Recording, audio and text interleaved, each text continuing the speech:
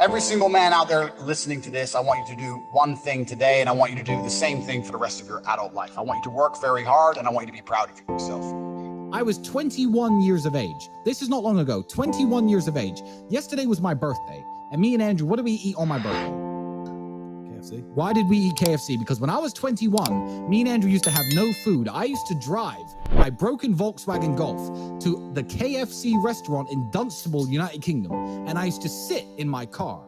And you couldn't ever eat anyone's leftover food if they ever had their mouth on it. But at KFC, they used to buy buckets. And I would sit and wait for people to sit outside, eat their meal, and leave the bucket on the table. And I used to go and take that bucket, 3 or 4 pieces of chicken. And I used to collect 20, 30, 40 pieces of chicken that were perfectly fine left in the buckets. And I used to go home and I used to freeze that chicken. And me and Andrew would break it up, put it in our rice, and that was our meal. That's what sustained us for that hard year, that year we had when I was 21 and you were 22. That's how broke we were. I used to scavenge chicken from KFC because I thought, fuck it, I'm not dying, and I'm not losing my kickboxing fights because I don't have enough protein. What am I gonna do to make it through the day? That's how broke I was. And that's a sad story if you never make it out. And I said to Tristan, look, I owe us 70 grand. So I'm gonna lock myself in my room and I'm not gonna leave till I've made it.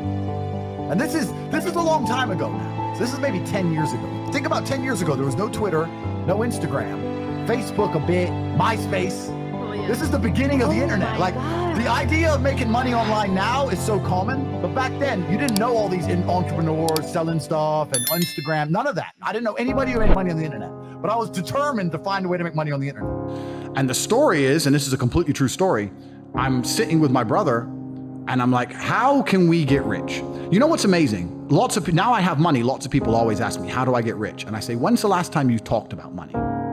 When's the last time you sat down with your friends and refused to talk about anything else but how to make money? How are you making money? How are you making money? How am I making money? How can we make money together? How's that guy making money? How's that coffee shop there making money? Is that coffee shop making money? I don't know. Do they sell cake? No. Why don't they sell cake? Everyone in here is a businessman. If they had a cute young waitress, a girl, instead of a guy, they'd probably sell more coffee. Like, no one analyzes anything. They just want to get rich.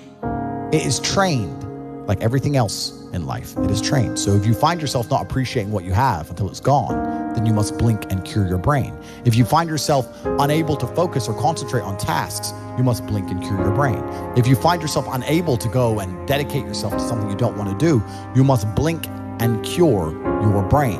Because all of our minds have been under constant assault for years. The way the mind functions, the way people interact, has changed so significantly in the last 10 years you wouldn't believe. If you go to a party today as opposed to a party 10 years ago, they look completely different.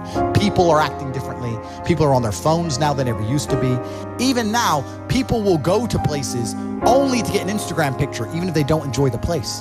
It's all about pretending they're having fun as opposed to actually having fun. The entire paradigm of society and how we interact has now changed. The only person who could ruin that is you. Most of you are happy to be losers part-time. You want to escape. That's why you join. You don't want to be a loser anymore. But then that new video game comes out. I'll just play the video game. I'll just be a loser for 2 more weeks. Then I'll get back to trying to escape the matrix. It doesn't work that way because you jump in and out of complacency. From I'm happy to be a loser and do loser things to I can't be a loser anymore. When you jump in and out, you never get momentum. You cannot quit. You cannot give up. You need that momentum to break free. When a rocket is flying out towards the moon to escape the atmosphere, it doesn't fucking pause halfway up the sky, does it? No, it keeps going. When I say depression isn't real, I'm saying that because I don't believe in things that can take away power from me. If I believed in depression, I would have been depressed in jail. But I can't be depressed if I don't believe in it. If you don't believe in ghosts, how can you be haunted? You have 2 people in a haunted house. One believes in ghosts, one doesn't. There's a knock in the night.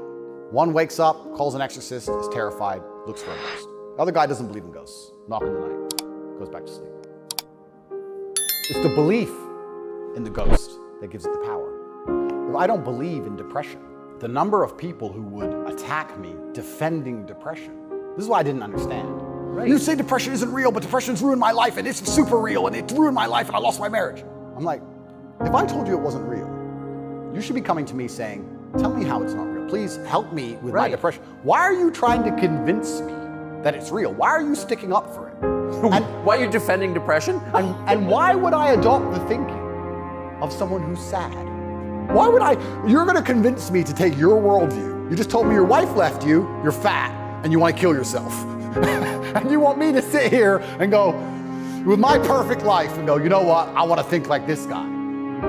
So to be a successful man, because let's break this down a little bit further. Success is the most overused word.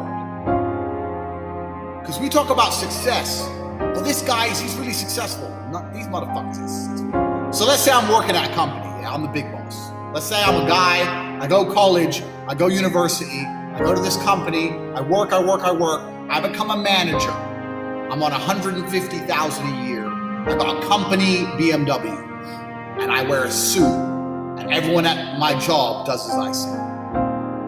By all measures, I'm a success now. But here's the truth. When I leave that company, no one gives a fuck about me.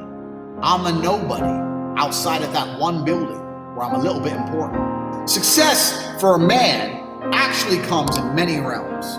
It's actually nothing to do with being good at your job. So as a man, you have to wake up and think, okay, everything I want, other men want. I have to outcompete every other man to get it. So how am I gonna do that? Am I gonna do that by living in the moment, ignoring my phone, having a fun picnic? If I'm stressed or I'm frustrated, then I understand it's my time to perform.